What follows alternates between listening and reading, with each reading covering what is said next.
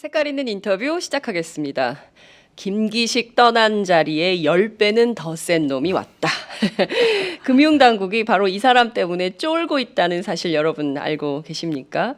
누굴까요? 바로 20여 년 동안 시민사회에서 경제개혁 운동을 주력해온 바로 공인회계사 출신의 최입의 국민의당 비례대표 당선인 얘기입니다.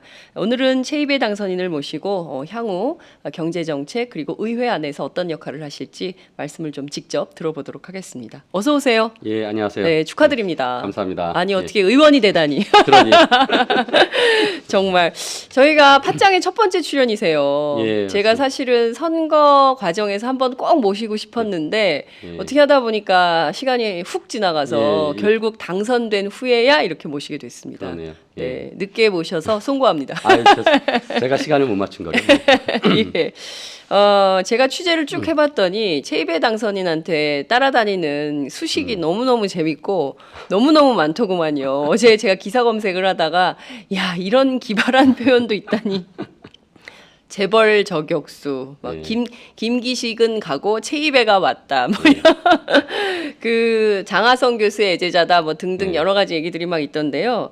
금융당국이 굉장히 긴장을 하고 있다면서요. 정모위에서 김기식 이제 국회의원 아니다, 말로 좋아했더니 최입애가 왔어, 더 좋았다 이런 분위기라는 건데 실제 좀 만나서 얘기를 좀 들어보셨습니까? 아직 뭐 금융당국에 계신 분들 만날 기회는 없었고요. 네네.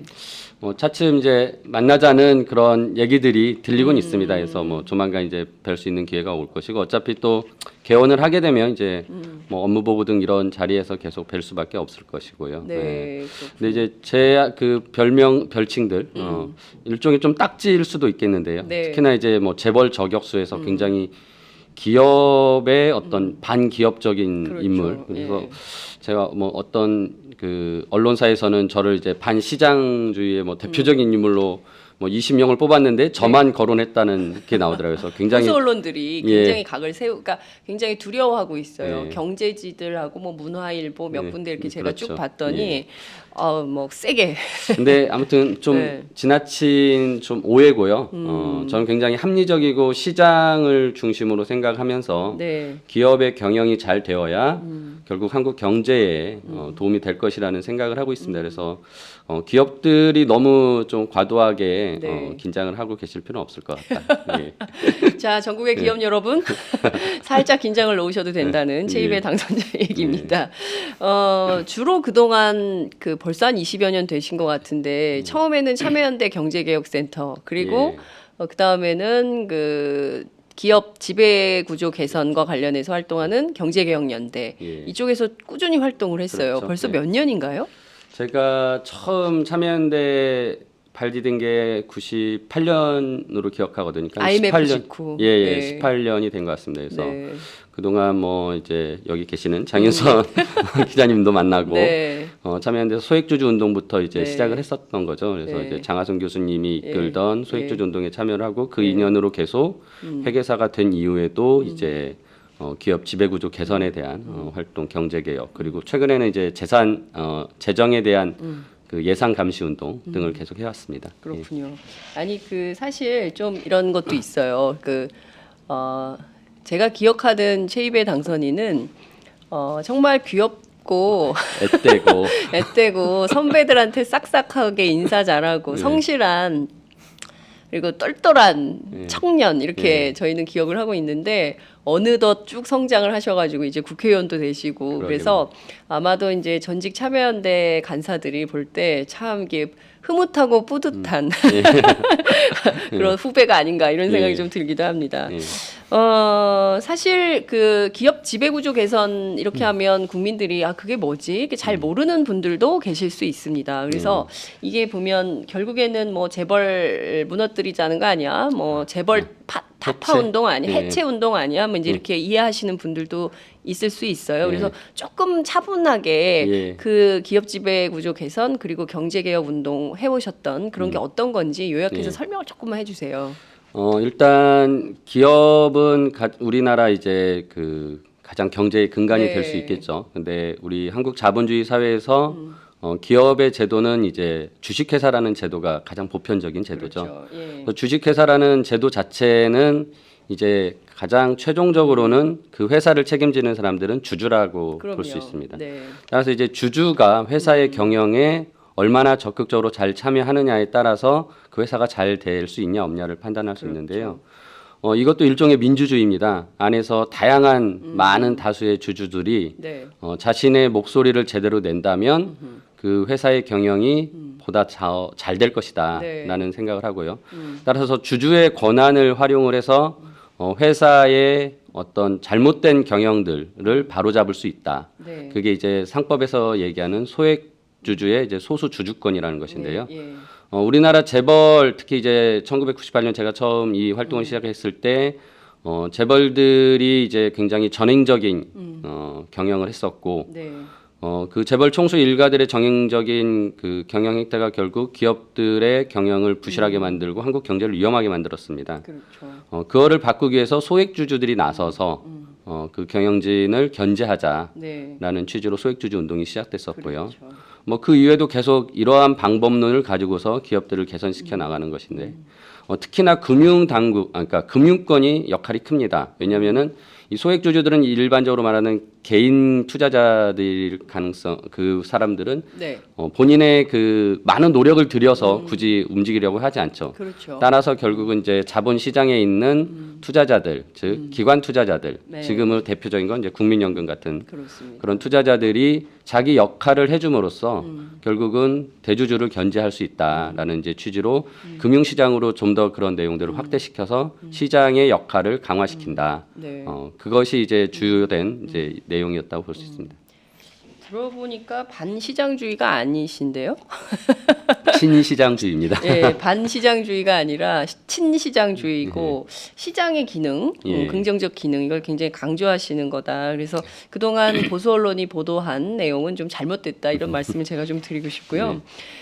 말씀하신 대로 IMF 직후의 소액주주 운동으로 이른바 한국의 기업 지배구조 개선 운동의 필요성, 사실 그 운동이 굉장히 큰 영향을 미쳤던 게 사실입니다. 물론 지금 여전히 재벌들이 안고 있는 문제, 오늘 보니까 준비 안 된 총수 부인들이 네. 경영에 나섰다가 전부 기업들이 망했다 이런 이제 분석 보도들이 나오고 있는데 지금 당장 다시 또 IMF 때처럼 돼버리고 있어요. 오히려 더 심각한 장기 침체가 온다 이런 불안 보도들이 나오고 있는데요.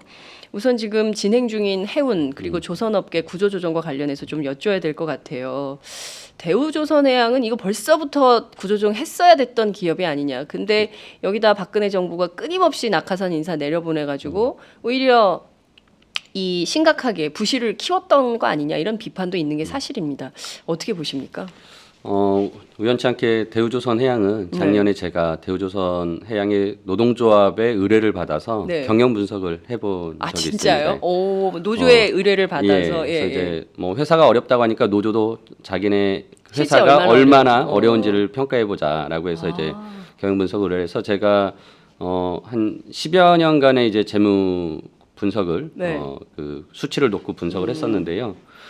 일단 대우조선이 처음에 이제 결국 대우그룹에 있을 때 네. 망가져서 결국 산업은행이 이제 채권단으로 들어와서 결국은 경영을 이제 도맡았고요. 그렇죠. 상당 부분 잘 됐었습니다.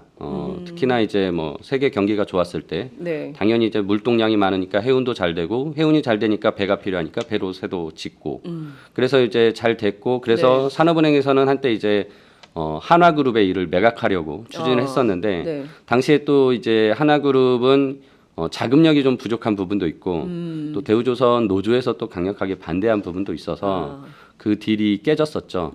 아무튼 뭐 빅딜 뭐 어쩌고 그때 나왔던 게 그 예, 얘기예요? 그렇습니다. 예. 그래서 이제 그때 당시에 어떻게 보면은 정상화가 됐었던 최고점이었었는데 그 이후로 이제 MB 정권이 들어서면서 회사를 굉장히 정책 수단으로 활용을 했어요.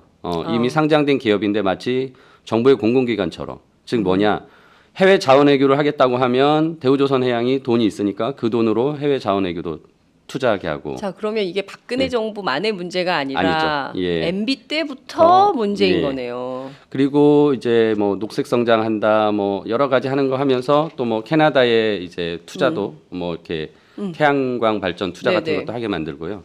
특히나 가장 아니 문제점은 대우조선해양이 왜 그런 걸 해야 돼요? 그러게 말입니다. 예? 그래서 말이 돼요, 그게? 안 되는 거죠. 네. 그래서 가장 큰 문제는 예. 그런 것들을 할 수 있었던 거는 결국 낙하산 인사가 있었기 때문이죠. 그러니까 전문 경영이 있었다면은, 그러니까 제대로 된 경영진이 있었다면 네. 그런 정부의 입김을 당연히 거부하고 예. 하지 말고 자기가 해야 될 일, 즉 예. 조선업종만 주력해서 했다면 그렇죠. 문제가 없었을 텐데 아. 그런 이제 잘못된 경영들을 펼쳤고 또 하나 이제 크게 손실을 본 것 중에 하나가 이제 그 해외에 루마니아에 가지고 있는 조선소가 하나 있었습니다. 네. 근데 이게 아주 오래전부터 가지고 있던 건데 그 루마니아 정부와 그 대우조선해양이 반반 지분을 공유하고 있었는데 이 사업장이 안 좋아지고 있었어요. 그러면 이 사업장을 어떻게 보면 정리를 했어야 되는데 네. 이게 루마니아 당국과의 관계가 있기 때문에 특히나 대우조선해양은 개별 기업이 아니라 한국 정부와 같은 그 역할을 했던 거죠. 아 외교도 했구나. 일종의 이제 그런 역할이 있었기 네. 때문에 그 사업장을 정리하지 못하고 계속 돈을 쏟아부었습니다. 그래서 그 안에서도 굉장한 부실이 드러났고요. 결국은 대우조선해양이 정상화되고 돈이 많이 벌었을 때에서 네. 지금까지 내려온 그 과정을 보면 네. 대우조선해양은 정부의 공공기관으로서의 역할을 하다 보니 결국 네. 이렇게 망가졌다라는 네. 게 저의 분석이었고요. 네. 당연히 뭐 노조의 이제에서는 뭐 이 부분에 대해서 책임을 물으면 좋겠다라고는 했지만 또 막상 그것들을 책임을 물을 수 있는 방법이 크지 않습니다. 그러니까 산업은행에서 낙하산으로 내려온 뭐 3년짜리 CFO, CEO 등이 얼마나 책임을 질 수가 있겠습니까? 그렇죠. 3년 끝나면 난 나가는데 그러니까요. 연봉만 챙기고. 그래서 결국은 네. 대우조선해양이 망가진 과정은 네. 정부가 큰 책임이 있다라고 보고요. 근데 정말 심각하네요. 이 부분은 기존에 현재 이제 일반적인 재벌 그룹에 있는 뭐 현대상선이나 한진해운, 네. 뭐 삼성중공, 뭐 현대중공업과는 좀 다른 별도의 문제가 있는 그런 결과물이다라고 생각합니다. 대우조선해양의 경우에는 결국 이명박 박근혜 정권으로 이어진 낙하산 인사가 들어와서 정권에서 야 그거 말이야 저기 뭐 그 저 태양광 에너지 하는데 그것도 좀 해보지. 아 해외 예. 그럼 자원외교도 받아 해보지. 예. 저기 저 해외 자원외교 해야 되는데 거기 있는 것 좀 해보지. 막 예. 그러고 또 루마니아 무슨 해운 사업 망가지면 야 이거 어떻게 니네가 좀 인수하면 안 되겠니 하면 또 그런 것도 인수하고. 그러니까 이제 여러모로 대우조선은 굉장히 어려움을 겪을 수밖에 없는 상황에 처했던 거죠. 정말 그야말로 기업에서는 있을 수 없는 일들이 정권의 입김에 따라서 좌우되면서 결국은 정권이 기업을 망친. 맞습니다. 그리고 예. 책임은 전혀 안 지는. 현재 그런 상황이죠. 그리고 예. 그 문제가 생긴 건 고스란히 노동자들에게 전부 부과되는. 그게 가장 이런 안타까운 일이죠. 예. 너무 심각합니다. 정말 이런 얘기 들으면 화가 나가지고 잠을 못 자겠어요, 진짜. 왜 노동자들이 다 그런 걸 책임을 져야 됩니까? 진짜 정말 답답합니다. 현대상선, 현대중공업 또 삼성중공업도 사실 이게 뭐 구조조정 불가피하다 이런 얘기 계속 나왔었는데요. 정부가 이상하게도 총선 딱 끝나니까 속도를 내기 시작해요. 이게 뭐 준비가 됐었나 싶기도 하고. 뭐 좀 그러기보다는요. 네. 이게 일종의 수주 산업이라고 하는데 네. 즉 큰 프로젝트를 수주 받아서 네. 장기간 이제 배를 만들고 뭐 이제 해양 플랜트를 만드는 네, 사업인데 네. 이게 이제 회계상으로 그 뭐 이제 진행률에 따라 뭐 수익과 비용을 인식하는 이제 약간 좀 복잡한 그런 네, 내용입니다. 네, 근데 네. 그동안 이 부분이 계속 분식회계가 있었었고요. 분식회계. 예, 작년에 이 부분이 이제 드러나게 된 거죠. 그러면서 알고 봤더니 회사가 지금까지 이익을 내는 것이었다라고 했었지만 네. 그 분식회계를 다 드러내고 까보니 네. 이거 다 손실된 사업이었다, 프로젝트였다. 그러면서 갑자기 손실을 엄청나게 인식을 할 수밖에 없었고요. 결국 장부상에서는 이제 부채 비율이 뭐 급격히 증가하게 되고 결국 구조조정을 할 수밖에 없는 상황을 이제서야 인식하게 된 겁니다. 그래서 어떻게 보면 부실의 은폐 과정이 계속 미루어져 오다가 네. 이제서야 그게 터트려진 거고 결국 그 과정 속에서는 금융당국이 제대로 된 감독자의 역할을 못했다라는 책임도 분명히 금감원은 있습니다. 뭐 한 거예요? 이제 뭐 이거를 1차적으로는 이제 회사가 당연히 분식을 숨겼으니까 회사의 책임이겠고요. 그다음에 그거를 제대로 감사하지 못한 회계법인, 그러니까 예. 그의 감사인의 책임도 있겠고 또 전체를 감독해야 될 금융당국도 역시 책임이 있다고 볼 수 있죠. 그런데 문제는 이게 구조조정 IMF 때도 그랬던 것 같아요. 기억하시겠지만 지금도 마찬가지고 이런 문제가 생기면 그 피해는 고스란히 다 노동자들이 지고요. 총수 일가에 대해서는 아무런 책임도 묻지도 따지지도 않는 이런 상황이 되고 말씀하신 대로 금융당국은 물론이고 그러니까 부실에 대해서 경영, 대출, 감독 아무도 묻지도 따지지도 않고 그냥 넘어가는 경향이 있는데 이번에도 또 그렇게 되는 거 아닐까요? 일단 뭐 그렇지 않게 막아야 되겠고요. 네. 이제 결국은 약간 사후 처리이기 때문에 지금은 초점이 맞춰지지 않은 부분이 있습니다. 왜냐하면 지금은 당장은 앞으로 해야 될 구조조정에 대해서 초점이 맞춰져 있지만 네. 저는 분명히 이 책임에 대해서는 짚고 넘어가야 되고요. 왜냐하면은 이 기업을 왜 부실이 되었는지의 원인 분석을 하고 그리고 앞으로 어떻게 살릴 것인가를 해서 평가를 하기 위해서는 결국은 과거에 대한 부실에 대해서 네. 분석을 해서 책임을 물을 수밖에 없습니다. 따라서 반드시 책임을 묻는 과정이 있어야 된다고 생각을 하고요. 이 중에서 이제 아까 말씀하신 부실 경영의 책임, 네. 뭐 아까 전에 이제 현대상선이나 한진해운 같은 경우는 정말 경영 능력이 없는 이제 사모님들이 갑자기 오셔서 사모님 경영. 예, 이걸 하셨고 네. 그리고 회사가 어려워지니까 계열사들로부터 엄청난 또 지원을 끌어당겼습니다. 그래서 전형적인 재벌의 네, 이제 문제였죠. 폐단이죠. 예. 이런 부분들을 계속적으로 경제개혁연대에서 문제 제기를 했었어요. 네. 그리고 특히나 계열사 지원 같은 경우는 금융당국뿐만 아니라 공정에도 이제 네. 부실한 기업을 지원하는 것이니까 부당 지원의 가능성이 있으니까 그런 것에 대해서 자꾸 문제를 제기를 했는데 네. 그런 것들에서 감독당국도 제대로 하지 않았던 거죠.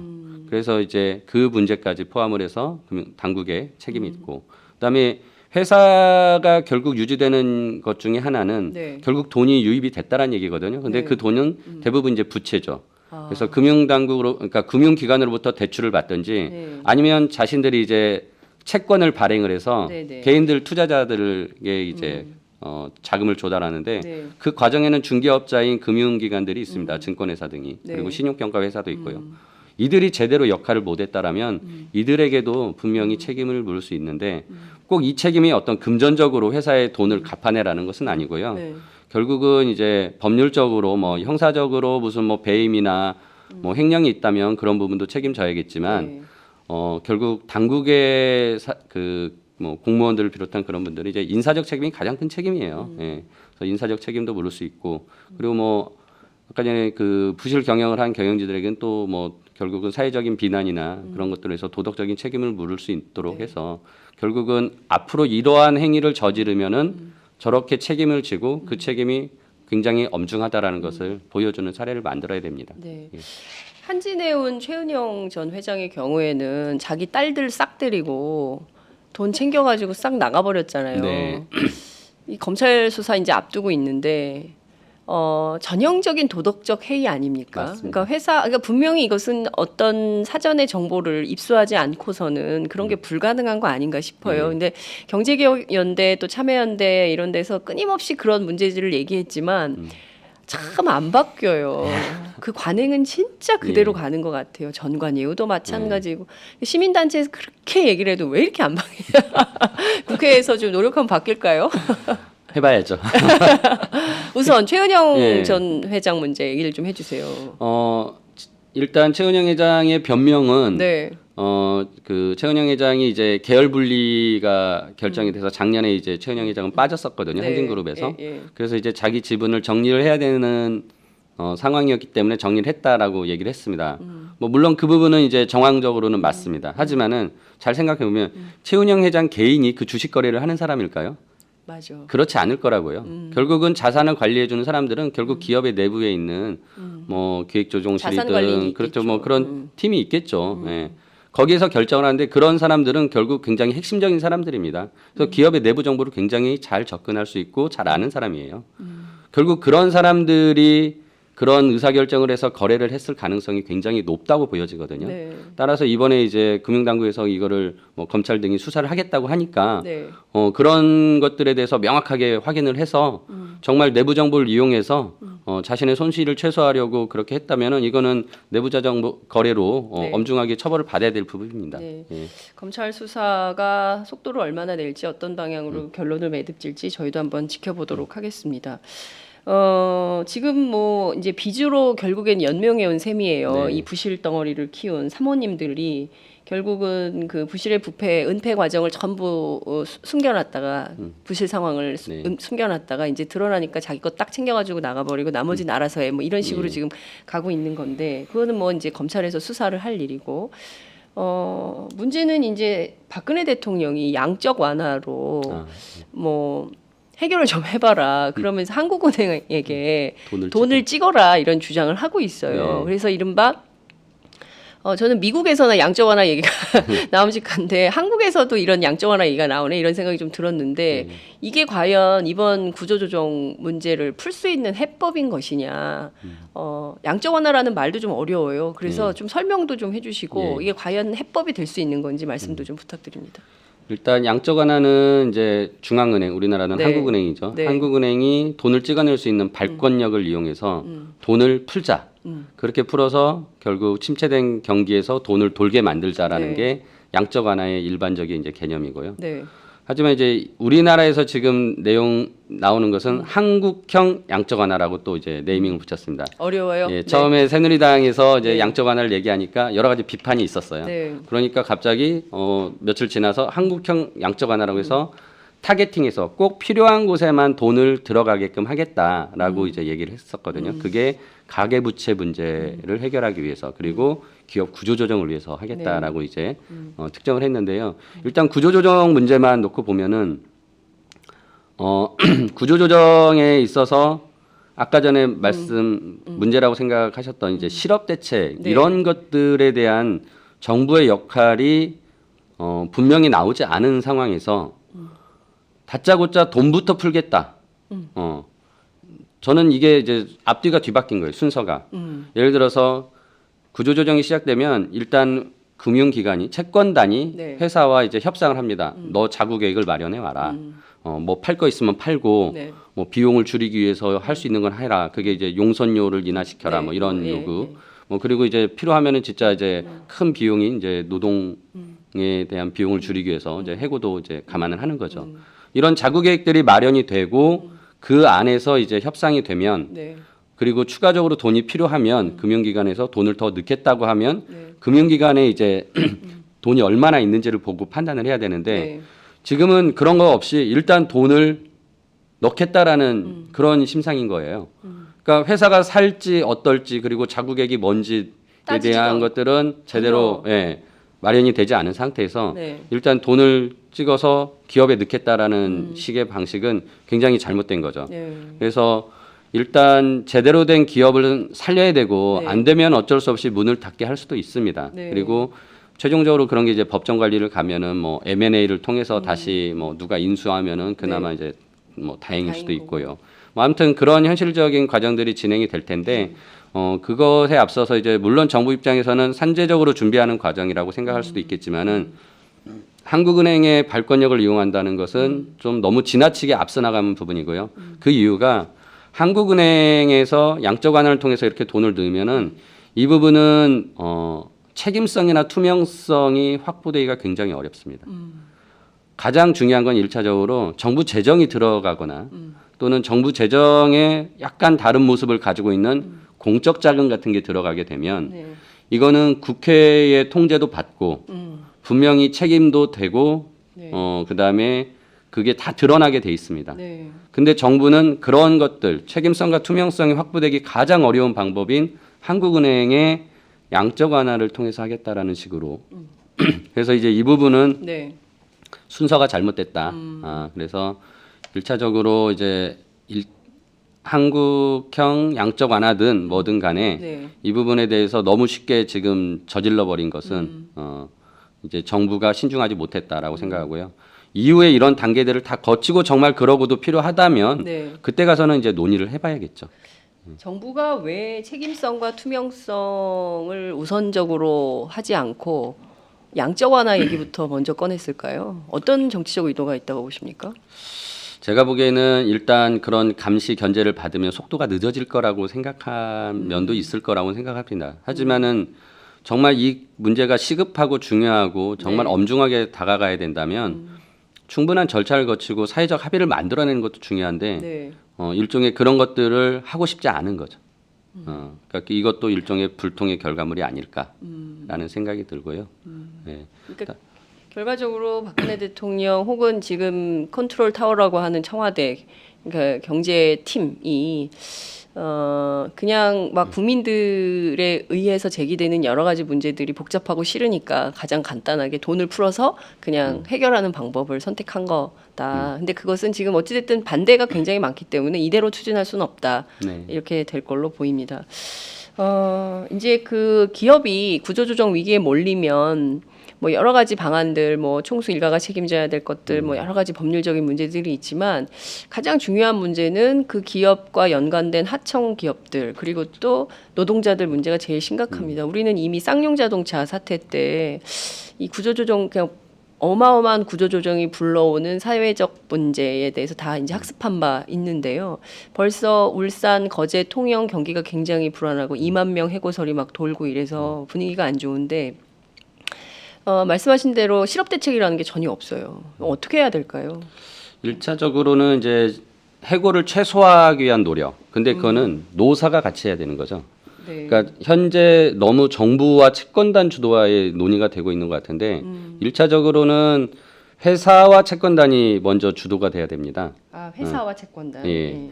그리고 아까 말한 그래서 자구 계획을 마련한달지 그리고 뭐 인력 구조 조정에 대한 논의도 된달지 그리고 그런 인력 구조 조정이 논의가 될 때는 당연히 이해 당사자인 노동자도 네. 거기에 같이 참여를 할 수 있도록 해야 되겠죠. 노동자들은 지금 다 배제가 돼 있죠. 완전히 노동조합. 배제된 채 지금 진행이 되는 것 같습니다. 그래서 이제 그 부분이 노사가 최대한 협력할 수 있는 부분들을 찾아내는데요. 네. 결국은 뭐 이제 방법론은 많이 나와 있습니다. 이제 노동 시간을 단축하자. 네. 또 임금을 삭감하자. 뭐 이런 방식으로 해고를 줄이자. 뭐 물론 또 다른 아이디어들이 필요하겠죠. 그리고 이제 해고가 불가피하게 되면 네. 결국은 해고됐을 때 이제 문제 그 어떻게 해결할 것인가. 그래서 뭐 회사가 정상화되면은 뭐 우선 채용하겠다. 네. 쌍용차도 이걸 했었는데 지켜지지 않아서 문제였던 맞아요. 거거든요. 예. 그래서 뭐 그런 방법도 여전히 있고요. 그다음에 이제 사회적으로 정부가 해야 되는 역할이 있습니다. 그래서 재교육하고 재취업할 수 있게 해주고, 그다음에 뭐 창업을 한다고 하면 창업도 지원해 줄 수 있고, 그리고 기본적으로 이제 경제적인 빈곤으로 고통받지 않게 사회 안전망을 구축하고, 이거는 이제 정부가 할 일이죠. 그래서 앞서 말한 두 가지 네. 노사가 해서 해고를 최소화하고, 네. 그다음에 정부는 고통을 최소화할 수 있는 그런 방안들을 노사정이 함께 그 고민을 해야 되는 상황이고요. 네. 이 과정에서 가장 중요한 거는 저는 정부가 어떤 최소한의 기반을 마련해 주기 위한 노력들을 해야 되는 것이고요. 그게 어제 아마 나온 내용인 것 같은데 네. 이제 그 고용 뭐 재난 지역으로 네. 지정을 하거나 아니면 뭐 그 고용이 특별 무슨 업종 이렇게 네. 지정을 하면은 정부가 지원할 수 있는 여력들이 생깁니다. 그게 지난번 이제 기업 구조조정 촉진법이 네. 그 개정되면서 일부분 뭐 그런 정보들을 공개를 해라라고 해서 그게 이제 노동자도 그런 정보를 입수하게끔 좀 여지를 만들어 놓고 특히 원샷법 같은 데에는 거기에 고용 안정을 지원할 수 있도록 아예 그 조항을 넣습니다. 네. 그래서 그 법이 지금 당장 적용이 되지는 않겠지만 네. 그런 법적 근거들이나 그 내용들이 있기 때문에 충분히 정부가 적극적으로 지원할 수 있는 부분들을 찾아내서 좀 대책을 마련해야 된다. 예. 말씀하신 대로 지금 고용유지 지원금 정책 그리고 특별 고용 지원 업종 지정 예. 이게 이제 물론 이제 정부가 이제 내놓은 대책인데 이 내용을 좀 꼼꼼히 따져 보면요 노동자가 휴업이나 휴직을 선택하면 해당 수당의 3분의 1을 정부가 주고 그다음에 노동자들한테 다른 직무 훈련을 시키게 된다면 4분의 3에 대해서 이제 노동자 한 명분 그리고 하루에 최대 43,000원. 왜 43,000원인지 모르겠는데 여기까지 이제 정부가 회사에 돈을 준다는 거예요. 예. 근데 이게 이걸로 되냐? 부족하죠. 네, 그러니까 이걸로는 아마 굉장히 어려울 거다. 그리고 재난 지역으로 선포된다 하더라도 IMF 때도 그랬지만 물론 이제 그때하고 비슷하게 하진 않겠죠. 그때보다 훨씬 더 나은 정책을 쓰긴 하겠지만 이걸로 과연 노동자들한테 그냥 알아서 하시오라는 게 과연 될까라는 걱정이 좀 되거든요. 네, 그러니까 네. 충분치 않은 정책. 충분치 않고요. 예. 굉장히 따라서 이제 이 부분에 대해서 예를 들어서 뭐 고용보험에서 뭔가 더 지원을 할 수 있는 여지를 만들려면 예를 들어서 뭐 법을 개정해야된다든지 네. 뭐 시행령을 개정할 네. 필요가 있다면 그런 것도 이제 국회 차원에서 적극적으로 협조를 해야죠. 그러니까 정부가 뭔가 이렇게 대책을 내놓고 좀 논의를 하자라고 한다면 네. 그게 더 수월하게 이제 진행이 될 것인데 그렇죠. 정부가 이제 그런 것들에 대해서는 지금 너무 등한시하고 있는 거죠. 돈 풀 생각만 하고 있고 기업에게. 네. 지금 그것도 기업에게 노동자들에게 그렇죠. 노동자가 주는 게, 아니라. 국민들에게 주는 게 네. 아니라 기업에게 예. 그러니까 끊임없이 그 트리클 다운 이를테면 낙수 효과를 무슨 신화처럼 믿고 있는 것 같아요. 기업에게 무조건 돈을 주면 큰 돈을 주면 그 큰 돈이 결국 고루 노동자들에게 배분이 돼서 문제가 없게 될 거다. 프란치스코 교황도 그거 안 된다고 이제 끝났다고 그랬는데 왜 우리 정부는 계속 그 얘기 신자유주의 모델을 구사하는지 이해할 수가 없어요. 그러니까 결국은 네. 그 기업 외에 다른 대안이 없다라고 생각하는 것 같아요. 근데 현실적으로도 단기적으로 보면은 지금 그 기업을 문 닫게 해서 해고가 나오면은 그 노동력을 다시 흡수할 그런 일자리가 없다라는 거를 인정을 하고 있기 때문에 이제 결국 그거는 어쩔 수 없는 또 그런 판단일 수도 있다는 생각하지만 아무튼 지원을 한다면 기업보다는 직접적인 사회적 약자들 네. 특히나 제가 이제 강조하고 싶은 거는 아까 말씀하셨다시피 결국 가장 고통받을 분들이 누구냐면은 그 예를 들어서 그 대기업 내에 정규직보다는 비정규직 그럼요. 가장 먼저 해고가 되겠죠. 그리고 그 밑에 이제 하청 기업들의 근로자들 그렇지 않아도 굉장히 낮은 임금으로 네. 지내고 있었는데 또 해고까지 된다면 굉장히 고통받을 것이거든요. 결국 이런 특히나 고통받을 분들에 더 집중적으로 네. 지원책을 마련하는 것을 요구를 하고요.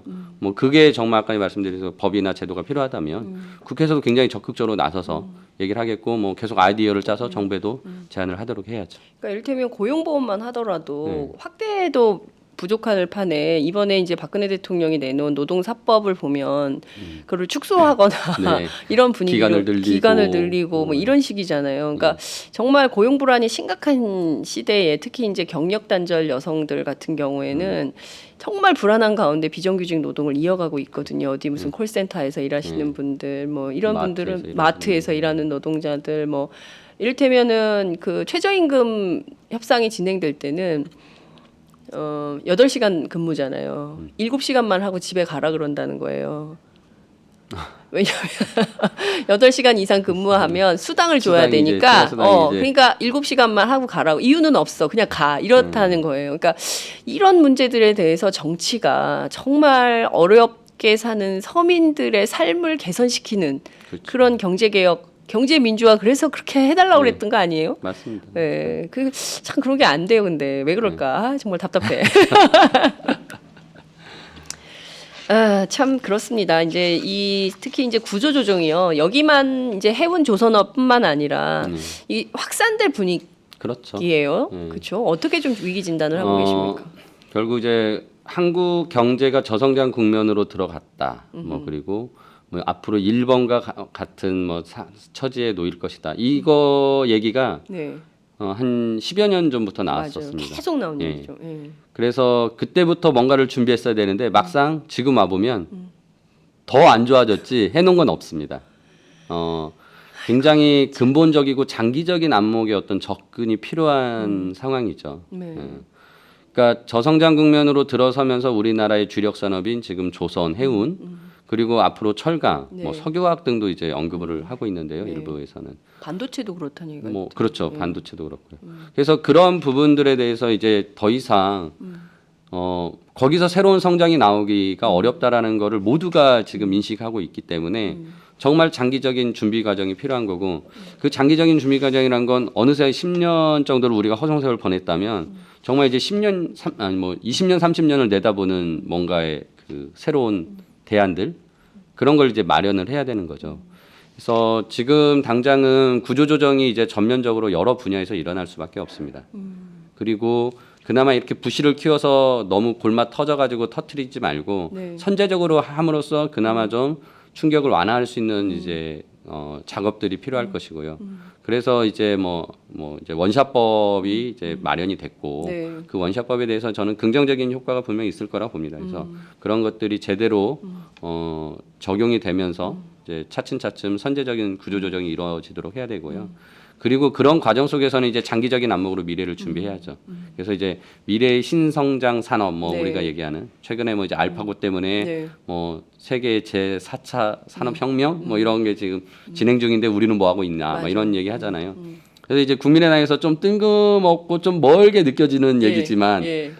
근본적으로 이제 교육부터 시작을 해야 되는 거예요. 그래서 지금의 획일화된 교육에서 바꿔서 창의적인 교육을 해서 창의성이 나오게 하고 그게 이제 혁신적인 과학 기술로 이어져야 된다. 그 과학 기술이 결국은 미래의 신성장 산업을 찾아내는 그 이제 기간이 근본이 될 것이다라고 생각해서 그런 얘기를 쭉 했던 거예요. 그러니까 이제 남들은 무슨 지금 상황에서 무슨 교육혁명부터 시작하냐면 이제 멀게 느껴. 근데 그런 준비해야 돼요. 네, 이제는. 네. 예. 말씀하신 대로 지금 10년 전부터 우리 이렇게 하다가 일본식 장기 침체 모델 간다. 우리가 이제 10년 뒤에 일본하고 똑같아질 거다. 쟤네들 봐봐. 아르바이트밖에 못해. 프리타족 봐봐. 막 이런 얘기를 우리도 10년 전에 했단 말이에요. 근데 10년 따져보면 이명박 박근혜 정부 8년인 건데 뭐 했냐는 거지. 그렇죠.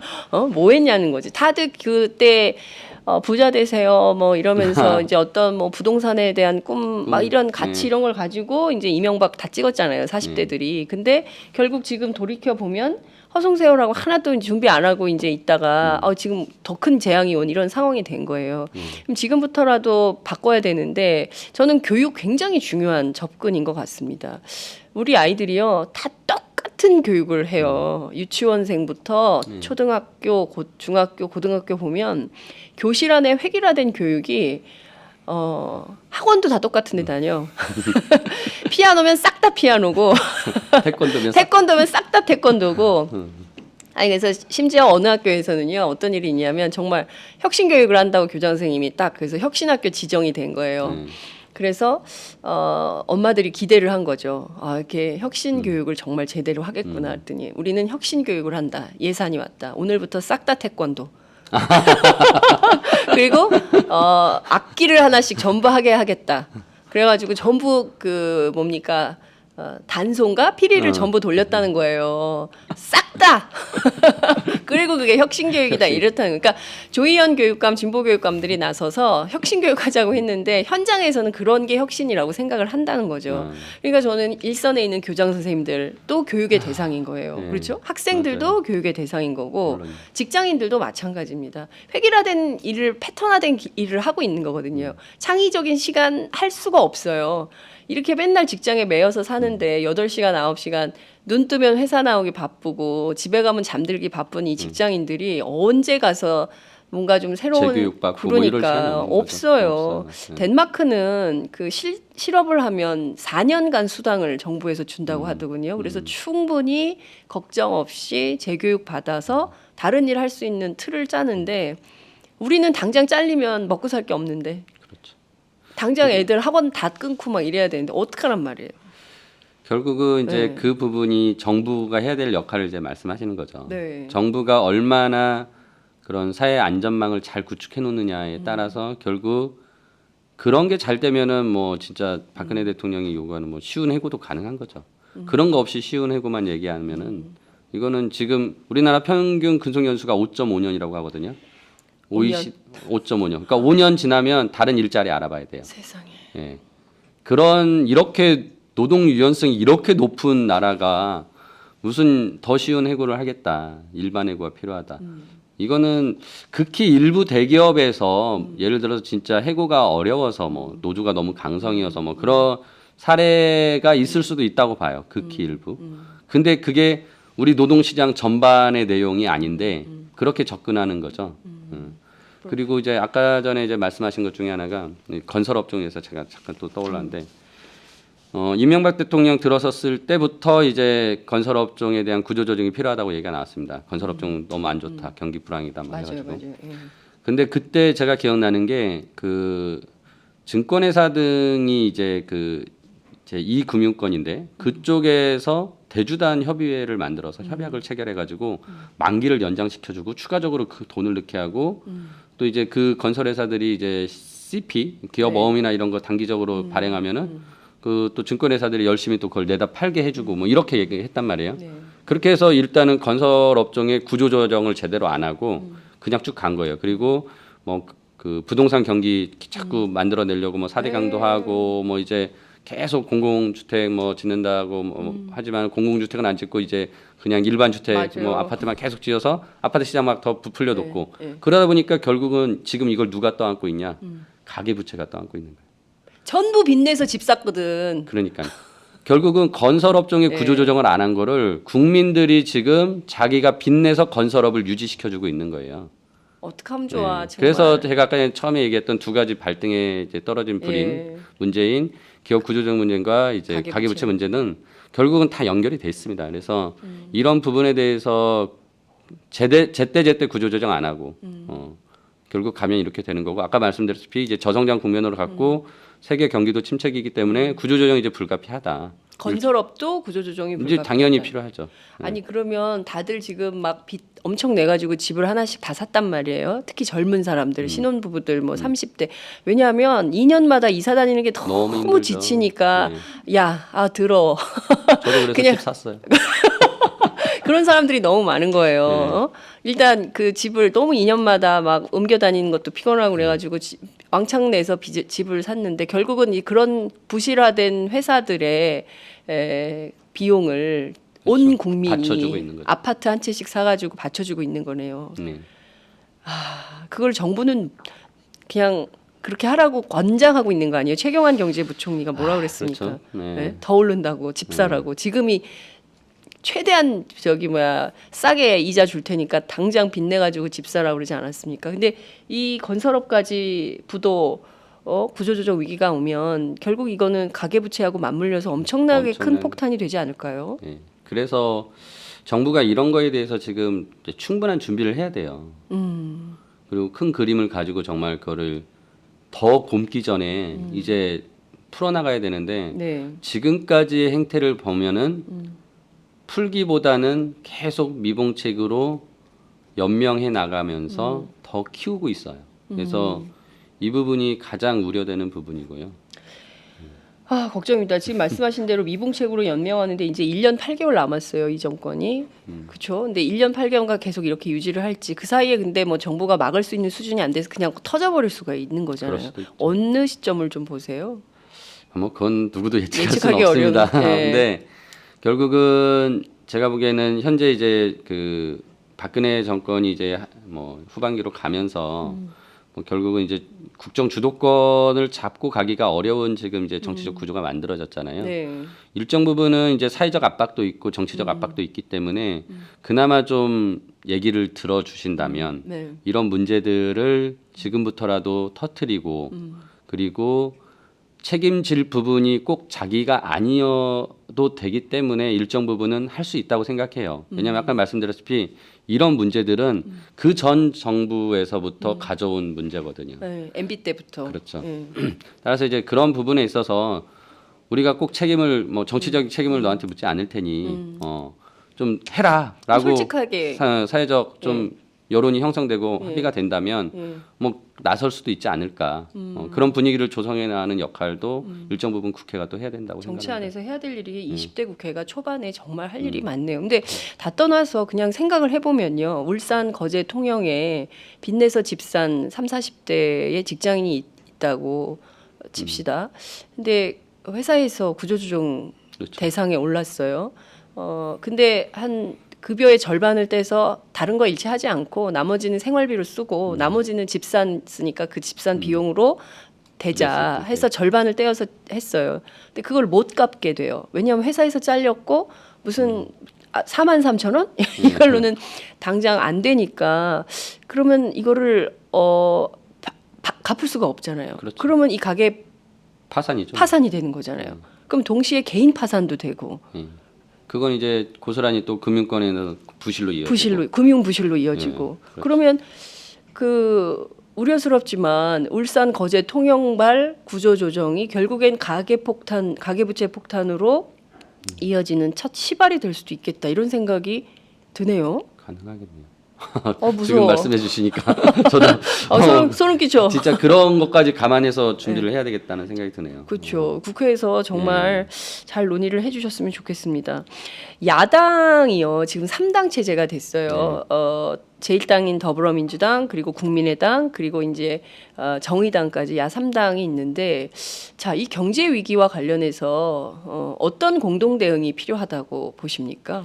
일단 지금 구조조정을 풀어 나가는 과정에서 청와대 서별관 회의라는 게 지금 며칠 전에 이제 얘기가 계속 나왔잖아요. 보도가 되고 있어요. 서별관이 어디 있는 거예요? 저도 모르죠. 가보진 않았는데. 네, 한번 근데 가볼까요? 결국은 그게 매우 비공식적인 기구이고 책임을 지지 않고 투명성도 없는 그런 형태의 회의체에서 굉장히 중요한 것들을 결정하고 의사결정하고 그 진행을 시키고 있다면 이거 진짜 문제거든요. 안 가야? 그렇죠. 네. 아니 뭐예요? 그러니까 말씀 결국은 진짜 그러네요. 공식적이고 네. 투명하고 책임을 질 어떤 기구가 마련이 돼야 됩니다. 지금 상황에서. 물론 그게 이제 뭐 여야 정이 같이 할 수도 있고요. 네네. 예. 뭐 아니면 당정협의체라는 뭐 그래서 뭐 여와 정부가 뭐 뭔가를 기구를 만들어서 하고 뭐 야는 뭐 거기에 이제 뭐 끼지 말라고 하면 못 끼겠지만 네. 하지만 거기에 대해서 뭔가 정보가 공개되고 책임을 지는 그런 기구라면 뭐 계속 얘기를 할 수 있겠죠. 그러니까 뭔가 그런 공식적이고 책임을 질 수 있는 그런 기구를 만들어서 진행을 해야 되는데 네. 지금 정부가 그렇게 하지 않고 있는 것도 굉장히 큰 문제예요. 그 정부에서는 어쨌든 임종용 위원장 중심으로 해서 구조조정위원회를 만들어가지고 그 안에서 처리하겠다라고 입장은 밝혔는데 그 위원회를 구성하겠다고 한 회의가 서별관 회의예요. 그러니까요. 근데 이 서별관 회의가 어떤 정체인지는 사람들도 모르는 거고. 거죠. 정말 그냥 몇몇 부처의 장관들이 모였고 뭐 했다라고만 나오는 거지. 네. 그러니까 물론 이제 업무 협조를 위해서 만날 수는 있다고 보지만 그럼요. 계속적으로 이런 식으로 간다면 이거는 엄청나게 잘못된 의사결정 구조죠. 그래서 그런 부분도 이제 아무튼 개선시켜야 되는 부분이 있죠. 말씀하신 대로 정말 비공식적이고 불투명하게 특히나 모든 국민들의 생존권이 걸린 구조조정 문제를 협의하고 처리한다면 국회는 물론이고 당사자인 노동자들도 묵과하기 어려울 거다 이런 생각이 좀 듭니다. 이번 주 주말에 현대중공업 노동자들이 구조조정 반대 시위하러 서울로 상경한다고 합니다. 또 이제 거칠게 투쟁이 진행이 되면 또 노동자들 몇 명 또 구속되고 또 1순위 해고 대상자에 네. 오르고 그러니까 이게 1980년대 또 97년 IMF 때 나타났던 모습이거든요. 이제 똑같은 방법이 될 텐데 앞서 협상에 노동자가 참여하도록 해야 된다라는 말씀 주셨어요. 어떤 방법이 좀 있을까요? 현재에서. 결국 일단 뭐 회사 내에서 이제 노사가 협의가 먼저 이루어져야 되는 부분이 있거든요. 그러니까 물론 이제 거기에 뭐 대우조선행 같은 경우는 산업은행이 이제 대주주이자 경영진이니까 뭐 그때는 정부도 같이 들어가는 거겠지만 지금 뭐 현대중공업 같은 경우는 뭐 이제 정부 자체하고 얘기하는 어떤 루트를 뚫기는 어렵겠죠. 그래서 이제 노사의 문제로서 먼저 좀 접근을 해야 되는 부분들은 확실하게 이제 짚고 넘어가야 되는 부분이죠. 그래서 뭐 방식이야 뭐 결국 노사는 뭐 항상 원래 협의를 해 가고 뭐 단체 협상을 했던 뭐 주체들이기 때문에 뭐 그 방식을 계속 제대로 하게끔 해야 되는데 문제는 회사가 노동조합의 그런 의견을 수용할 수 있도록 하는 것도 일종의 정부의 역할일 수 있어요. 왜냐하면은 아까 말씀드렸듯이 구조조정 과정은 기업과 채권단과의 그 협상이거든요. 네네. 이 협상이 공정하게 이루어지고 혹시 여기서 또 다른 부실이 은폐되거나 뭐 그러지 않게끔 하는 게 감독 당국의 역할이거든요. 그 환경을 만들어 주는 거죠. 네. 그래서 이게 잘 되게끔 하고 그리고 누군가가 여기서 문제를 일으키면 책임을 추궁하고 그거와 마찬가지로 그 기업 내부에선 노사가 또 그런 역할을 해야 되는데 네. 이게 잘 되게끔 해주는 것도 또 정부의 역할이거든요. 정부란 게 그런 거잖아요. 다양한 이해관계자들에 있어서 공정하게 뭔가 이루어지게끔 규칙과 뭐 그런 걸 만들어주고 환경을 만들어줘서 제대로 하게 하고 네. 못하면은 잘못한 사람한테 그렇게 하지 말라고 제재할 수 있는 게 정부가 할 역할인데 이제 그런 것들이 정부가 굉장히 어려워요. 너무 깊숙이 들어가면 관치가 되고 네. 또 너무 안 들어가면 이제 방치하는 거죠. 그러니까 굉장히 어려운 상황이에요. 정부도 이런 부분에 있어서는 참 신중하게 정부도 뭔가를 만들어야 되는데 저는 근데 사안별로 보면은 충분히 정부가 역할을 할 수 있는 부분들이 나와요. 지금 제가 일반론으로 얘기하기 때문에 굉장히 구체성이 떨어지지만 네. 구체적인 사안들이 나오면 정부가 역할을 충분히 할 수 있거든요. 그런 것들을 정부가 찾아내서 적극적으로 해줘야죠. 네. 그리고 그 내용 중에 아까 제가 말씀드렸던 이제 뭐 사회적 약자를 보호하기 위한 이제 최 밑바닥에 깔고 네. 있는 사회 안전망 같은 것들도 정부가 뭔가 계속 제안을 하고 드러나야 노사 협의도 더 원활하게 이루어질 수 있을 거잖아요. 그래서 그렇죠. 그런 것들이 정부의 역할이라고 보여집니다. 대안 마련에 적극적으로 나서야 된다는 말씀 주시고 계십니다. 한국형 양적 완화는 재벌에 돈 대주자는 거 아니냐. 그러니까 많은 분들이 지금 저희 얘기하는 사이에 굉장히 많은 분들이 의견을 주고 계시는데요. 덴마크의 경우에는 실업수당 수령 기간을 4년에서 2년으로 줄였다.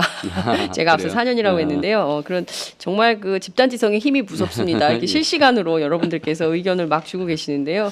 지금 저희 해외에서 들으시는 분들이 많으시거든요. 그래서 직접 덴마크에 계신 분이 주신 건가 싶기도 하군요. 예, 여러분들께서 의견 주셨는데 너무 많아가지고 제가 다 일일이 읽지는 못하겠습니다. 시간도 막 별로 없고 그래서요. 야권의 김종인 대표가 대표적인 경제민주화 전도사로 알려져 있습니다. 어떻게 보세요? 실제로 이제 그동안 20년간 사회운동 차원에서 경제민주화 운동을 해오셨는데 김종인 대표가 어떤 방향으로의 경제민주화를 할 것이냐 그 컨텐츠에서는 뚜렷한 성과가 있었나라는 그 의문도 있는 게 사실인데 최입의 당선인께서는 좀 어떻게 평가하십니까? 일단 뭐 헌법에 경제민주화 조항을 넣는데 큰 기여를 하셨다라는 거는 뭐 이제 다들 알려진 것처럼 저도 알고 있고 하지만 제가 한 18년 정도의 이제 그 경제민주화 또 재벌 개혁을 하는 과정 속에서는 솔직히 몰랐습니다. 아 그런 분이 계신 줄. 네, 예. 그분이 그런 내용을 만들지도 몰랐고, 예. 그러니까 아마 2012년 대선 때부터 아마 좀 경제민주화 화두를 던지면서 얘기를 하신 것 같은데, 그리고 뭐 이제 일부 언론에서는 뭐 그분이 발의한 뭐 법안 하나도 없다더라 뭐 이런 내용도 뭐 나왔었지만은, 근데 최근에 발언이 저는 더욱더 좀 놀라웠던 게 경제민주화를 재벌 개혁이랑 혼동하지 말아라. 예, 라는 그런 말씀을 하셨다고 네. 하더라고요. 경제 민주화 물론 큰 그림이죠. 그 안에 재벌 개혁도 있다고 저는 생각을 해요. 그래서 반드시 일치할 수는 없지만 그 과정에 제가 보기에는 큰 부분이 재벌 개혁인데 한국의 경우에. 그렇죠. 예. 근데 그것을 전혀 동떨어지게 얘기를 하시는 걸 보면서 좀 확실히 이제 그 제가 생각하는 재벌 개혁이나 경제 민주화하고는 좀 다른 생각을 가지고 계신 것 같다라는 생각을 했고 하지만 또 다행히도 경제 민주화는 시장의 공정한 룰을 만들고 지키게 하는 것이다라는 또 말씀을 하셨다고요. 네. 그건 굉장히 또 일맥상통하게 제가 이제 긍정적으로 평가할 수 있는 부분이거든요. 그래서 물론 이제 개인의 이제 개인으로만 본다면 뭐 그분의 의견이라고 일단은 생각하고요. 근데 이제 이번에 공약, 그러니까 더민주당의 공약을 보면 네. 굉장히 디테일한 부분의 경제 재벌 개혁에 관련된 공약들은 굉장히 저희 그 국민의당 것과 일치합니다. 아. 그 이유가 국민의당이 생기기 전에 민주당의 어떤 예. 그런 여러 가지 내용들은 예.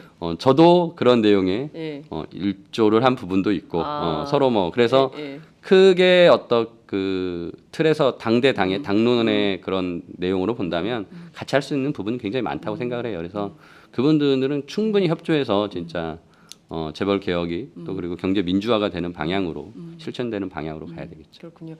적어도 경제 민주화와 관련해서는 또 재벌 개혁과 관련해서는 국민의당과 또 더불어민주당이 형제의 당이다 이렇게 예, 볼 뭐, 수도 있겠네요. 네, 저 예. 그렇게 생각합니다. 협력해서 네. 정말 잘 풀어나갔으면 좋겠다 이런 당부의 말씀도 좀 드리면서요. 한국 사회 특히 이제 경제 문제와 관련해서 제일 심각한 문제가 뭐냐라고 국민들에게 물어보면 소득 불평등, 임금 불평등 문제를 제기하지 않을까 싶어요. 그러니까 앞서 지적해 주신 대로 재벌 개혁도 그런 차원에서 제기가 되는 건데 장하성 교수님에 따르면 1980년대만 하더라도 재벌 대기업 다니는 노동자들과 또 중소기업 다니는 노동자들 간의 임금 격차가 그렇게 크지 않았고 100대 90 정도 수준이었다는 거예요. 큰 차이 없다 정도였는데 그것이 IMF를 거치면서 상당히 큰 격차. 그래서 뭐 100대 50, 100대 60까지 격차가 벌어졌다. 이 격차를 해소하지 않으면 양극화 문제는 더 심각해질 거다. 이런 분석을 해주신 바 있습니다. 정치 안에서 이 소득 불평등 문제 어떻게 해소할 수 있는 법안, 해결 방법 이런 게 있을까요? 일단 뭐 지금 3당이 모두 뭐 정의당까지 또 포함해서 네네. 4당이 모두 최저임금에 대해서 비슷한 방향으로 가고 있습니다. 최저임금 네, 인상. 인상을. 네. 그러니까 뭐 당장 뭐 최저임금을 10,000원으로 올리겠다고 하진 않았지만 네. 다들 비슷하게 2020년 정도 가면은 10,000원 정도의 최저임금을 기대할 수 있다 또는 그렇게 맞춰가겠다라는 얘기를 하고 있거든요. 네. 그래서 일단은 저는 그런 부분들에 대해서는 공감대가 형성돼 있다고 생각을 합니다. 근데 이제 저희가 조금 우려하는 거는 국민의당에서는 최저임금이 너무 급속하게 오르면 그 최저임금을 또 감내해야 되는 자영업자와 영세기업들. 네.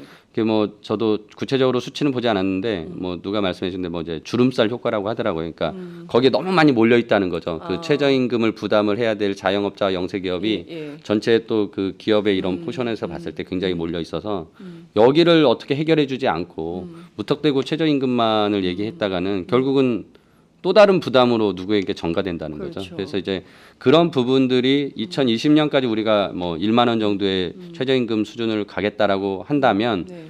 앞으로 남은 기간 동안에 이 부분에 또 집중해서 부담을 해결할 수 있는 방안들을 찾아내야죠. 그래서 그러니까 영세 자영업자를 지원하는 또 다른 정책을 만들어야 되겠네요. 그러니까 자영업자들이 가장 크게 지금 부담지고 있는 비용 구조를 보면 그게 이제 뭐 임대료, 카드 수수료, 뭐 이런 것들이 지금 언급됐거든요. 물론 또 세금도 있어요. 세금? 예. 그러니까 이제 그래서 지난번에 이제 대선 때 나왔던 게 부가가치세의 간이과세자 기준을 4천만 원에서 4,800에서 네. 좀 더 두 배로 올려서 네. 하자.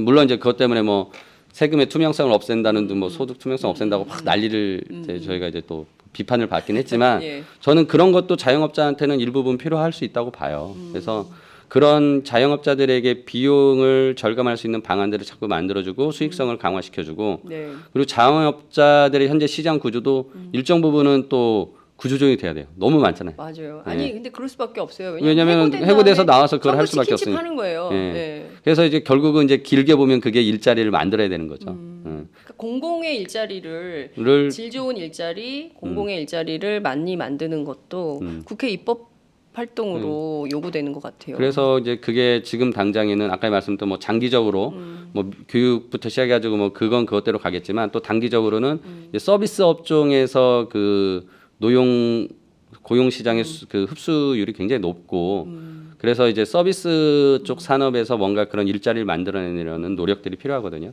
그래서 이제 그것들은 뭐 새로운 창업이나 뭐 이런 것들이 이제 계속 또 활발하게 이루어지도록 해야 되는 그런 부분이죠. 아유 정말 한국 정치가 해야 될 일이 오늘 뭐 인터뷰를 통해서만이라도 뭐 한 수백 가지 일이 나온 게 아닌가 싶습니다. 제가 일자리를 계속 일을 계속 주문하고 있는 그런 생각이 좀 드는데 정의당에서요 평균 임금 300만 원 시대를 열겠다고 주장을 했어요. 의석이 너무 적어서 과연 할 수 있을까 이런 생각이 좀 들기도 하는데 국민의당에서는 그런 정의당의 정책은 좀 어떻게 보십니까? 그러니까 일단 그 부분에 가장 큰 내용이 최저임금이었고요. 네. 뭐 그 부분 아까 말씀드렸고 그리고 이제 정의당에서 뭐 또 일정 부분 얘기하신 것들은 그 사회적 안전망에 대한 부분들도 굉장히 많이 그러니까 복지를 통해서 뭔가 더 그 늘려가야 된다는 거. 근데 저는 그 부분은 이제 민주당과 정의당이 좀 많이 비슷한 게 재분배를 통해서 해야 된다라는 것인데. 소득 재분배. 예. 근데 이제 원천적인 소득 분배 구조가 먼저 개선이 돼야 되는 게 더 우선이라고 생각을 해요, 저는.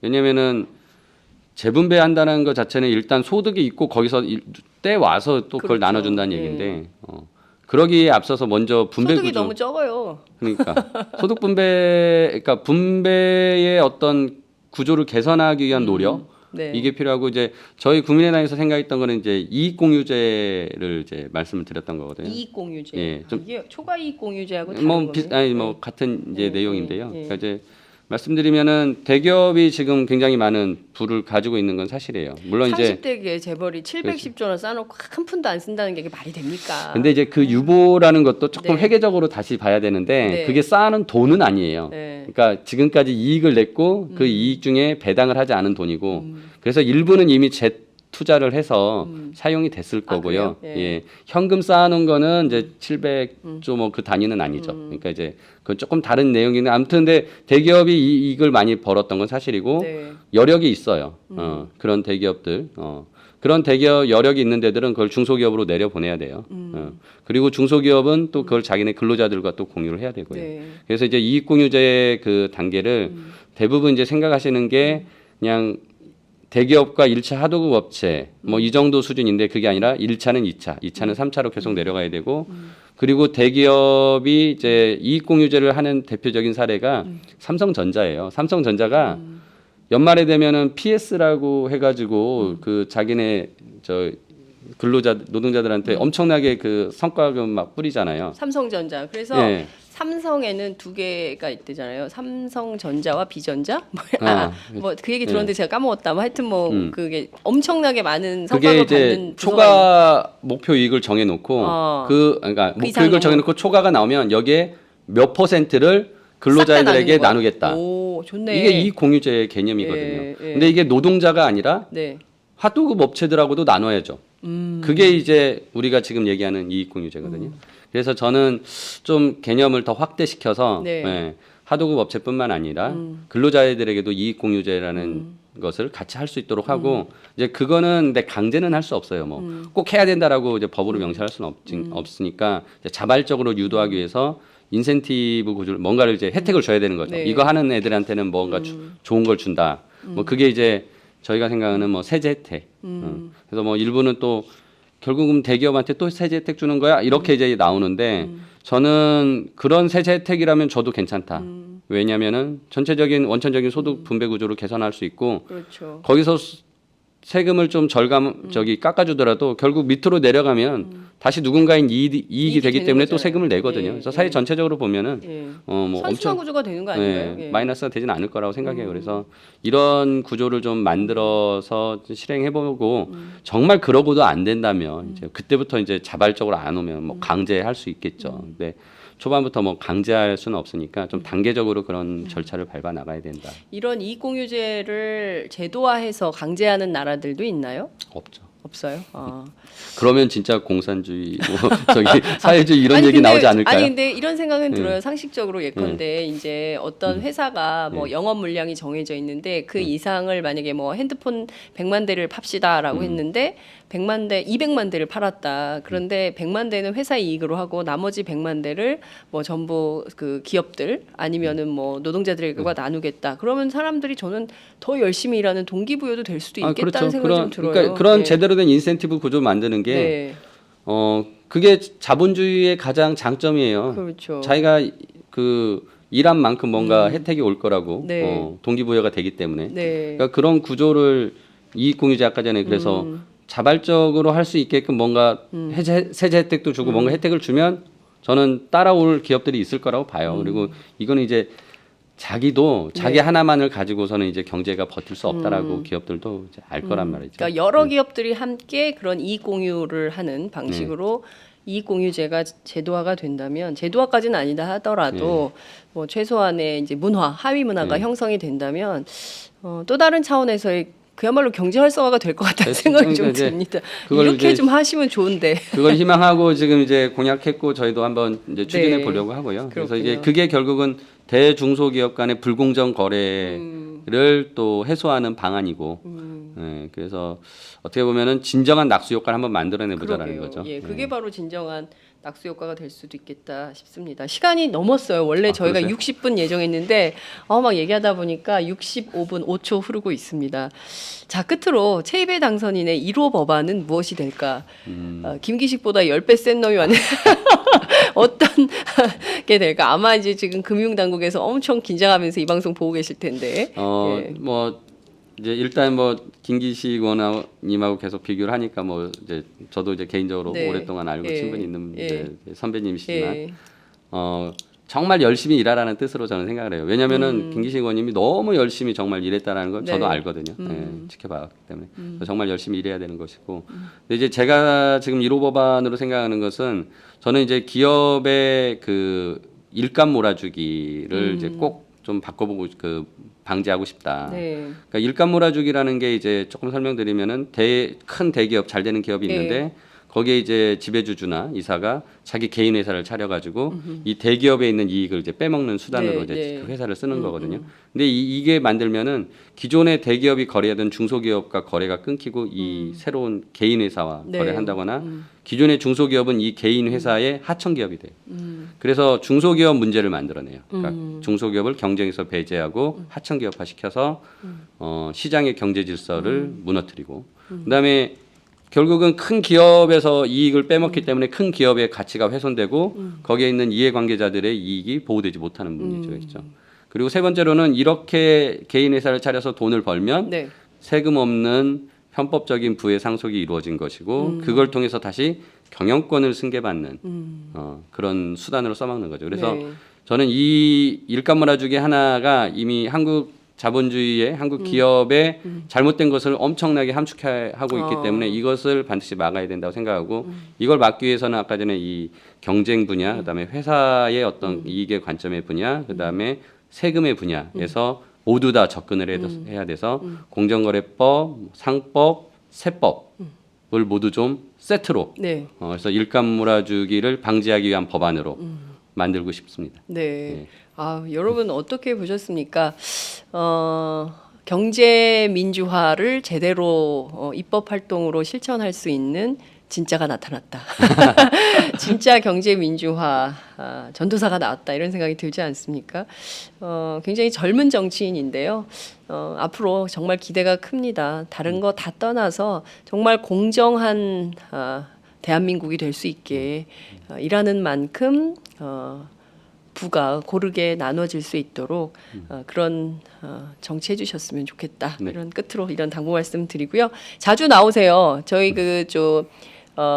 단독 좋아하거든요. 단독을 하나를 안고 오셔서 여기서 정책 설명하는 공간 저희가 만들어 드리겠습니다. 매일 아침 저희가 정오까지 이렇게 생방송으로 진행하고 있으니까요. 하시라도 문을 두드리시면 언제든지 문을 열겠습니다. 알겠습니다. 꼭 오실 거죠? 불러만 주시면 되죠. 알겠습니다. 오늘 말씀 잘 들었습니다. 예, 고맙습니다. 감사합니다.